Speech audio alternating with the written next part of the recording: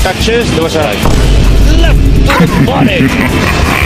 At doon tumiklop. Lagi niyong sundan, huwag magpapahuli. Pag-usapan ni bakbakan. Isa sa pinakapaboritong sparring partner ni Naoya Inoue at Takuma Inoue, itong Pinoy mula sa Cebu, si KJ Cataraha. Mabilis, malakas at matapang. Bit-bit niya ang record na 17 panalo at 13 dito ay tinapos niya sa knockouts. Lumalaban sa super flyweight division. Bago pa maging pro, kilala na si Cataraha bilang isa sa mga sikat na amateur boxers ng Pilipinas. Kaya hindi na nakakapagtaka na piliin siya ng Inoue Brothers bilang kasparing partner bago ang kanilang mga world title fights. Lumabas pa nga ang video kung saan sabayan at pinahirapan ni Cataraha ang tinaguriang monster ng Japan na si Naoya Inoue sa sparring. At para makita ang galing niya, balikan natin ang laban paano pinasuko ni Cataraha ang Indonesian boxer na si RD Teffa na tinaguriang Predator.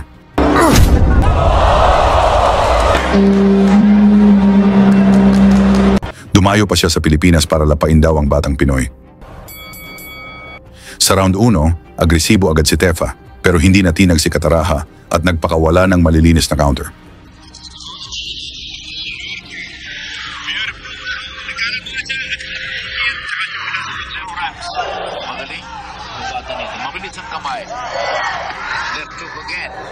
It's coming out strong, Ronnie. Teffa is trying. Experience sa pro, pro level. Experience criminology student.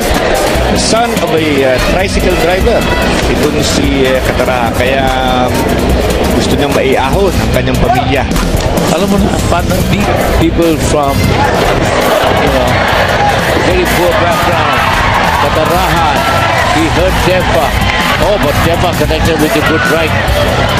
Mapasok si Cataraha. Alam mo na itong Cataraha, I think he wants performance. So maybe get a little wild, a good right. Good right hands. Daming kanan. Wala kay Cataraha. Rako. Incredible.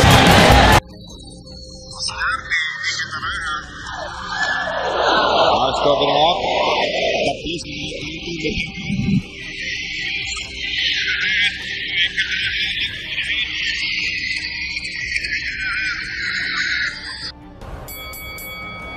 Umatake pa rin si Teffa dito sa round 2, gusto na talagang pabagsakin ng maaga si Kabayan.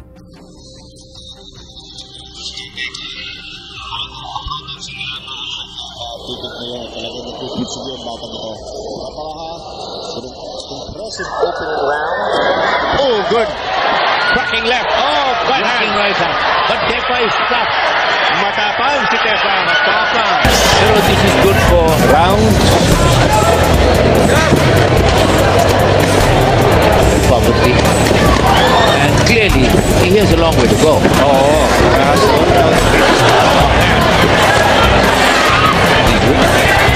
it's been a bruising affair. Cataraha dominating the action, pero Teffa go. Cracking right hand by Cataraha. Swarming offense mula sa may konting gigil. Understandable. Sa round 3, tumama na ang mga solidong suntok ng Pinoy pero matibay ang Predator.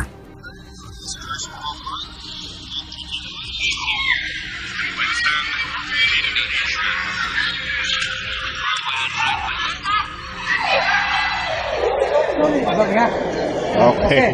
Warning from referee Necesario. No.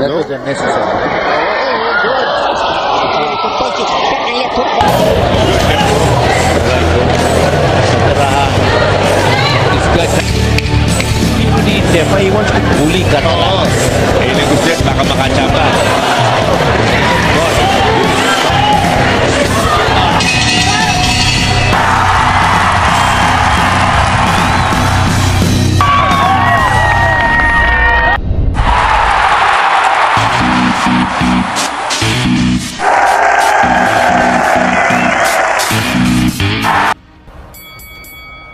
Pagdating ng round 4, nag-angas pa si Teffa.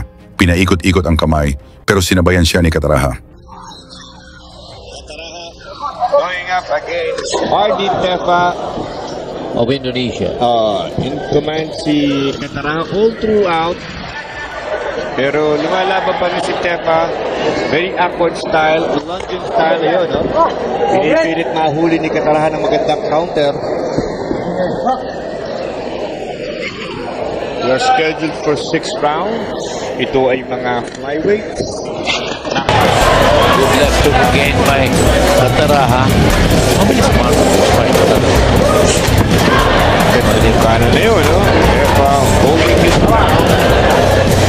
Kataraha. Beautiful body Gandang shot. kombinasyon, ha? Head and body.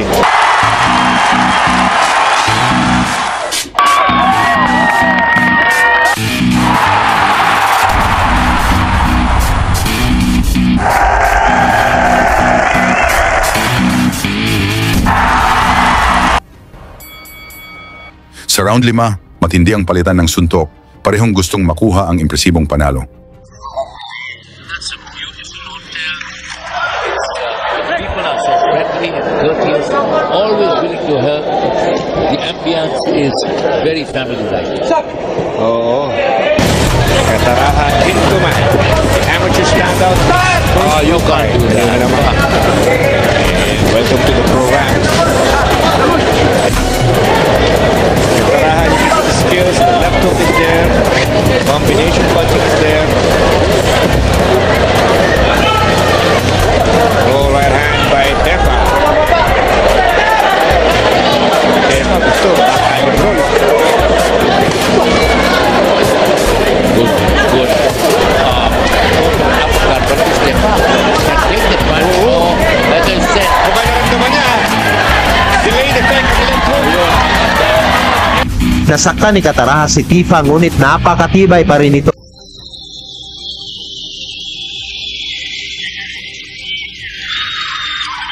KJ. Right, left to the body.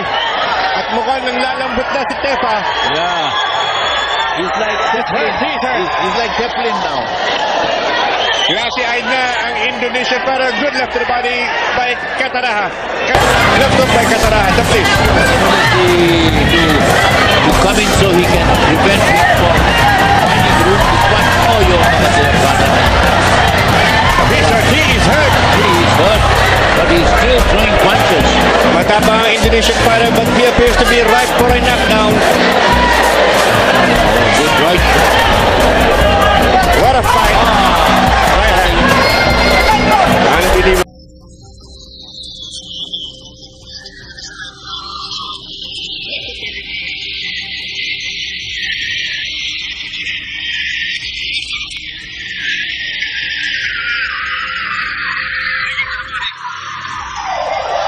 Pilit na humahawak. Hanggang sa round 6, unti-unting lumambot si Tefa matapos tamaan sa mukha at katawan.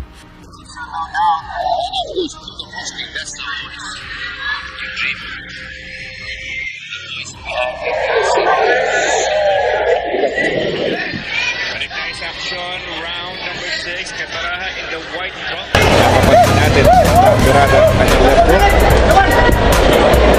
He hurt Tefa. Ano mapata? Si Kataraha spot with the Inatake ni Kataraha sa bodega, gustong pasukahin ang predator ng Indonesia. Mula sa malakas na suntok sa bodega, nalaglag ang mouthpiece ng Indonesian. At nalaglag, mga kaibigan, ang mouthpiece ni Tefa. At ayun, agad. Kataraha.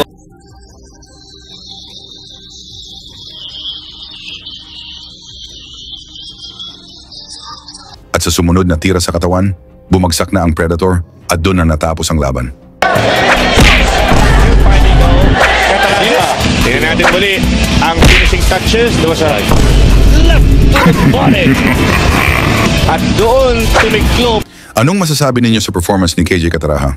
Ikomento na yan sa baba at huwag kalimutang ilagay ang inyong lugar para malaman natin kung saan nakarating ang videong ito.